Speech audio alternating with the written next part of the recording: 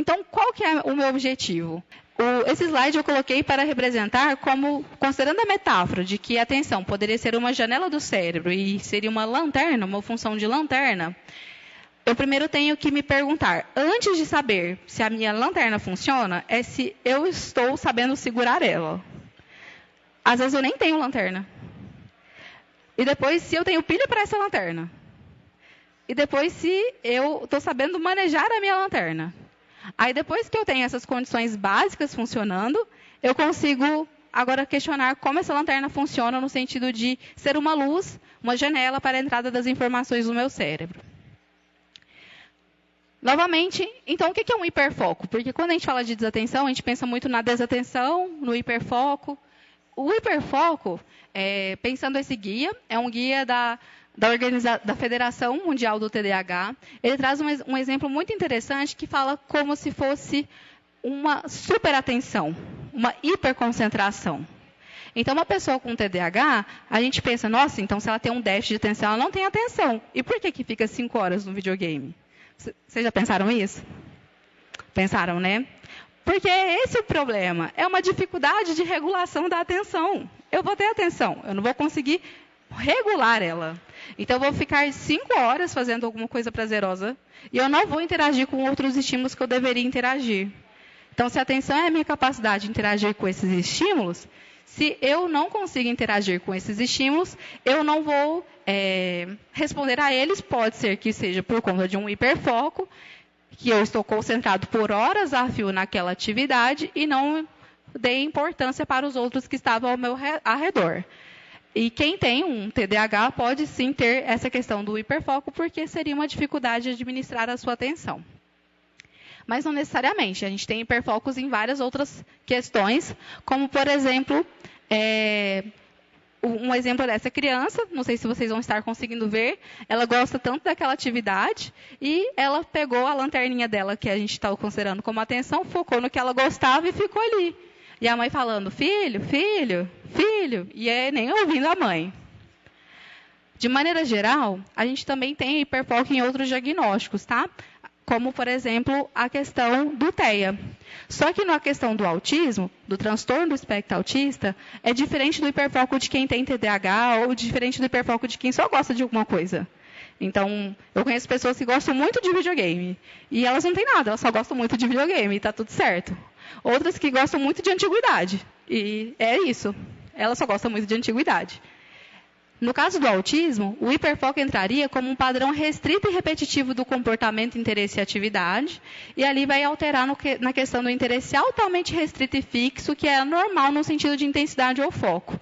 Aí, no caso, no TDAH, eu vou ficar ali no meu jogo ou no meu livro um tempão, porque aquilo é meu hiperfoco. No autismo pode acontecer isso também, mas no sentido de, o meu hiperfoco dessa vez é um hiperfoco relacionado a dinossauros.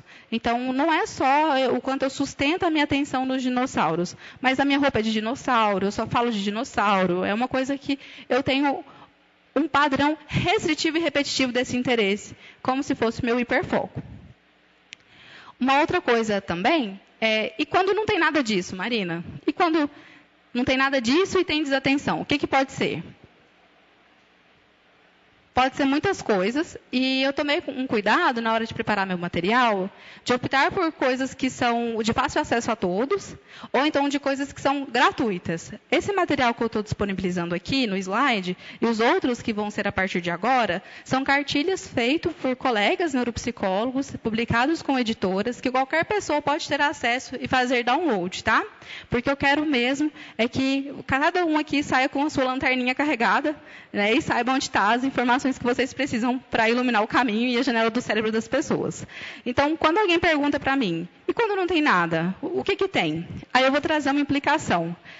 Uma implicação para nós, professores, profissionais, psicólogos, pais, que traz o seguinte trecho nesse material dos meus colegas. Quando uma criança não é devidamente avaliada, ela perde a oportunidade de ter acesso a um tratamento adequado ou até mesmo ser submetida a uma intervenção desnecessária.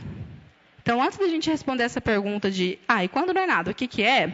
Eu queria que vocês se perguntassem, pensando a lanterninha de cada um, se você primeiro sabe por que você quer perguntar isso. E se você está fazendo uma avaliação ou suspeita que alguém tem um prejuízo de atenção, seja de qualquer ordem, é importante você estar atento realmente a tudo e desconfiar de todas essas possibilidades. Eu trabalho muito com TDAH e uma das coisas que eu mais faço na minha prática clínica é não diagnosticar TDAH. E isso foi uma decisão muito difícil quando eu escolhi fazer a avaliação do TDAH, porque o TDAH é um diagnóstico de exclusão. E se eu queria ser boa, eu tinha que entender de outros diagnósticos para poder excluir e chegar nele. Então, a gente tem que aprender a fazer a pergunta certa. Por que você pergunta? Quando eu perguntei para vocês sobre a questão de quem aqui já perdeu alguma coisa, a maior parte das pessoas levantaram a mão. Então, se eu perguntar para qualquer pessoa, seu filho é desatento? Nossa, bastante. Aí eu tenho que entender o porquê. Por exemplo, ele é desatento porque ele talvez não está escutando direito. E aí eu acho que é desatenção. E, na verdade, é uma questão lá orgânica, que como a doutora Nívia disse na nossa primeira palestra. A gente analisar outras questões que explicariam isso melhor. Ou então, meu filho, ele tem uma desatenção, mas é só em algumas situações específicas, em um ambiente, com aquela professora, naquela escola. Depois que isso muda, ele não tem mais desatenção. Então, será que ele tem desatenção? Uma outra coisa é entender que a desatenção é compartilhada em vários diagnósticos. Eu tenho a desatenção principalmente no TEA, na dislexia. A doutora Nívia foi passando os critérios, a palavra desatenção apareceu em mais de um slide. Não sei se vocês separaram a atenção de vocês, está vendo? Em outros diagnósticos também. E fazer a pergunta, entendendo o porquê você está querendo saber isso, faz toda a diferença.